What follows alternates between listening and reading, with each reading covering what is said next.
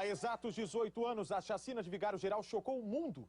21 inocentes foram brutalmente mortos em um dos piores massacres da história. Até hoje, as famílias das vítimas lutam por justiça e muitas sequer foram indenizadas pelo Estado do Rio. –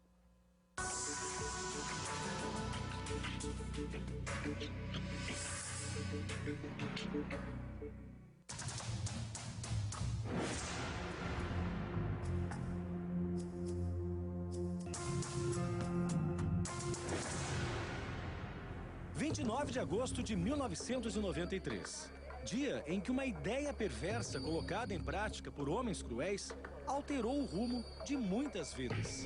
18 anos depois, parentes ainda choram pelas vítimas. Queria muito a minha família, meu Deus. 21 mortos. Quando eu levantei, que eu me deparei com os corpos dos meus filhos já jogados no chão, aí eu entrei em desespero. A minha cunhada, minha nora, tinha 15 anos. Ia fazer 16 anos. Foi eu com 3 tiros na cabeça. 51 acusados. A chacina confundiu a justiça. A chacina foi impune porque não houve investigação. Houve trapaça, armação. Eu fiquei quase 4 anos preso por um crime que eu não cometi, que eu provei que eu não cometi. Massacraram a gente, a nossa família foi toda massacrada. Um caso de poucos réus condenados. Para se condenar, se tem que ter convicção. Não basta querer. É necessário a prova efetiva. Não é mais o processo de Vigário Geral, foi um conto do Vigário Geral. O Parque Proletário de Vigário Geral ainda é o lugar mais pobre deste bairro, na zona norte do Rio. 10 mil pessoas vivem em casas humildes à beira da linha do trem.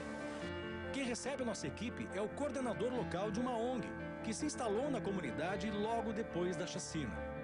Feijão é um porta-voz dos moradores, a maioria descontente com a ausência do poder público. A gente tem aquela passarela verde que é emblemática aqui na comunidade, ela está toda rachada, não tem esporte, lazer. Ainda existe o tráfico? Ainda existe o tráfico, mas a gente tenta diminuir essa migração de jovens para o tráfico através de conscientização com nossos psicólogos, nossos pedagogos que a gente tem aqui dentro da comunidade. Há 18 anos, o tráfico de drogas na região já era muito intenso. A quadrilha em Vigário Geral vendia por mês cerca de meia tonelada de cocaína. A polícia patrulhava a região com frequência. E foi nesta praça, fora dos limites do Parque Proletário, onde um confronto entre traficantes e policiais militares detonou a chacina de inocentes. 28 de agosto de 1993. 4 policiais militares do Batalhão de Rocha Miranda são assassinados aqui na Praça Catolé do Rocha. A execução cometida por um grupo de traficantes de dentro do Parque Proletário de Vigário Geral. Flávio Pires da Silva, o Flávio Negão, comandava o tráfico de drogas em Vigário Geral, na época da chacina. Ele foi apontado como o mandante da execução dos PMs. Um desses 4 policiais, o então sargento Ailton, era o líder de um grupo de policiais e informantes da polícia que usavam o fardamento militar, a arma militar, para extorquir traficantes, em troca de não prendê-los, em troca de benefícios. E naquele sábado, isso foi constatado, esses 4 policiais, comandados pelo sargento Ailton, tentaram fazer uma extorsão e não conseguiram, e foram mortos. O desembargador Moinhos Pinheiro foi um dos promotores de justiça que investigaram o massacre dos moradores, um crime motivado pela vingança dos policiais. Os seus comparsas militares resolveram se vingar dos traficantes que mataram o seu líder, o sargento Ailton. Só que, por algum motivo, ou vazamento, isso não sem certeza, os traficantes que deveriam estar lá no Parque Proletário saíram e deixaram a comunidade ao Deus dará. Naquela noite, os assassinos entraram a pé na comunidade. Estavam encapuzados, se dividiram em grupos, atiraram na iluminação pública, arrombaram casas, percorreram vielas em busca de traficantes e abriram fogo em quem aparecia pelo caminho. Esta é a Rua Antônio Mendes, uma das mais movimentadas do Parque Proletário de Vigário Geral. É por aqui que os moradores que cruzam a linha do trem pela passarela entram na comunidade. Este também é o local onde morreu o maior número de pessoas durante o massacre, há 18 anos atrás. Naquela época, Neste prédio, funcionava um bar. Dentro dele, 8 pessoas foram brutalmente assassinadas, com uma granada e tiros de fuzil. Alguns metros à frente, os criminosos fizeram mais vítimas. Aqui, nesta casa, onde vivia uma família de evangélicos. Mais 8 pessoas brutalmente assassinadas. O marido desta mulher estava no bar. Estava começando o jogo Brasil-Bolívia, que era a eliminatória da Copa. Ele assistiu o jogo, logo em seguida ele foi ao bar para poder comemorar a vitória do Brasil. Foi quando ele perdeu a vida no bar. Na casa, os 8 mortos eram da família de Vera. As pessoas dentro de casa, pronta para dormir, trabalhar no dia seguinte. Ele chegar e ir matando todo mundo. Ai, que esses policiais fizeram com a minha família. Minha família não merecia, não. Esta jovem tinha 9 anos na época. Era a mais velha de um grupo de 5 crianças que conseguiram escapar de casa, graças a um momento de piedade de um dos assassinos. Eu me lembro só que eu estava dormindo e acordei com o barulho dos tiros. Aí veio já um policial com a arma, encostou na minha cabeça e falou que não era para mim descobrir de jeito nenhum o rosto. Aí nisso eu escutei o outro falando assim, vamos agora matar as crianças, já não tem mais nada pra gente fazer, o serviço já tá feito. Então o outro policial falou, não, vamos deixar as crianças em paz, crianças não tem nada a ver com isso não. E saíram da casa. O resultado da barbárie. Os corpos de 13 homens, 6 mulheres e 2 adolescentes à espera do rabecão. Uma imagem que correu o mundo. Imediatamente após o massacre, o governador do Rio, na época, Leonel Brizola, recebeu um relatório atribuindo a execução da chacina a um grupo de PMs e ex-PMs, chamado Cavalos Corredores.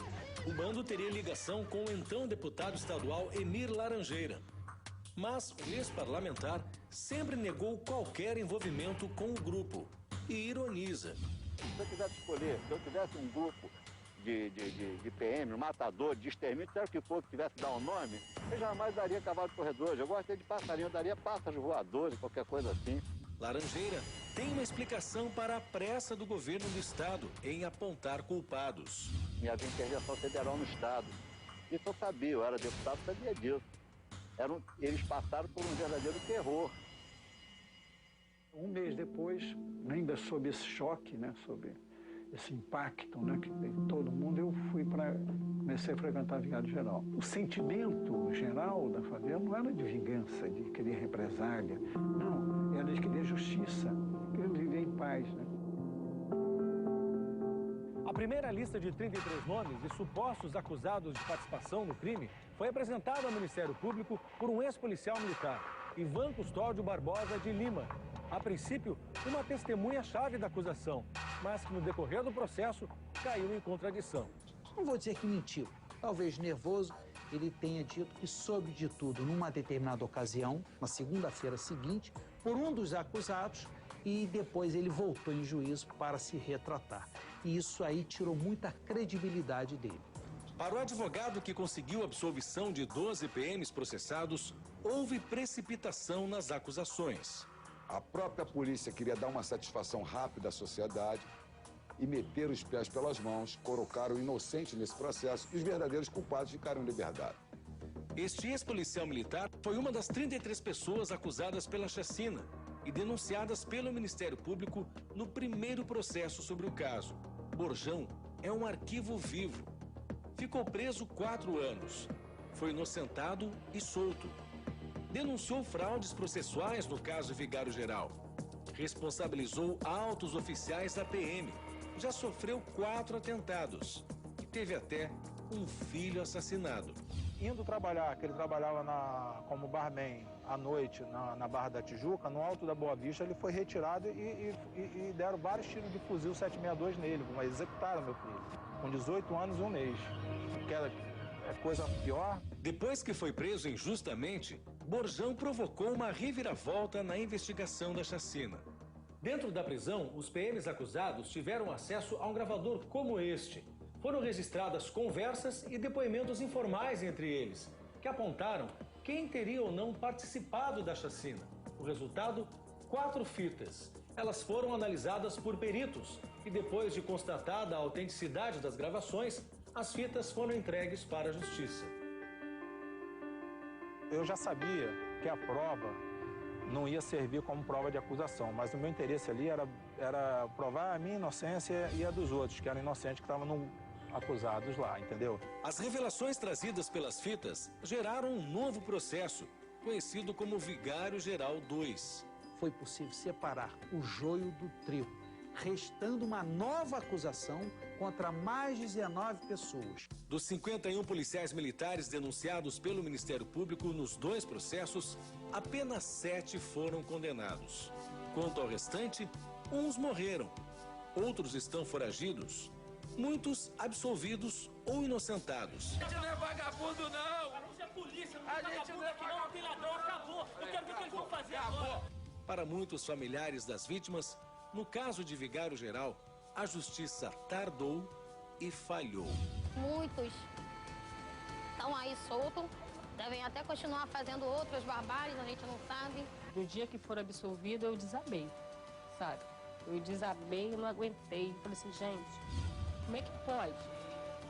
Vigário Geral não houve impunidade no sentido de que ninguém foi responsabilizado. Respostas foram dadas, condenações. Agora, houve também absolvições, algumas equivocadas. Mas aí cabe ao júri. Quem decidiu foi a sociedade. Diante do advogado criminalista, acostumado a defender policiais, pergunto o que todos gostariam de saber. Quem são os verdadeiros assassinos da chacina do Vigário Geral é algo que lhe coloca até em risco, né? Não, todo mundo sabe. Todo mundo sabe. O promotor sabe, o juiz sabe. Mas o que adianta saber? Cadê os elementos de prova? Ninguém tem prova de nada. Outro motivo de tristeza para os parentes das 21 vítimas da chacina são as pensões e indenizações devidas pelo Estado. O Estado, até hoje, nada. Pelo menos para mim, sabe? Ganhei a causa. Tô esperando o Estado me pagar.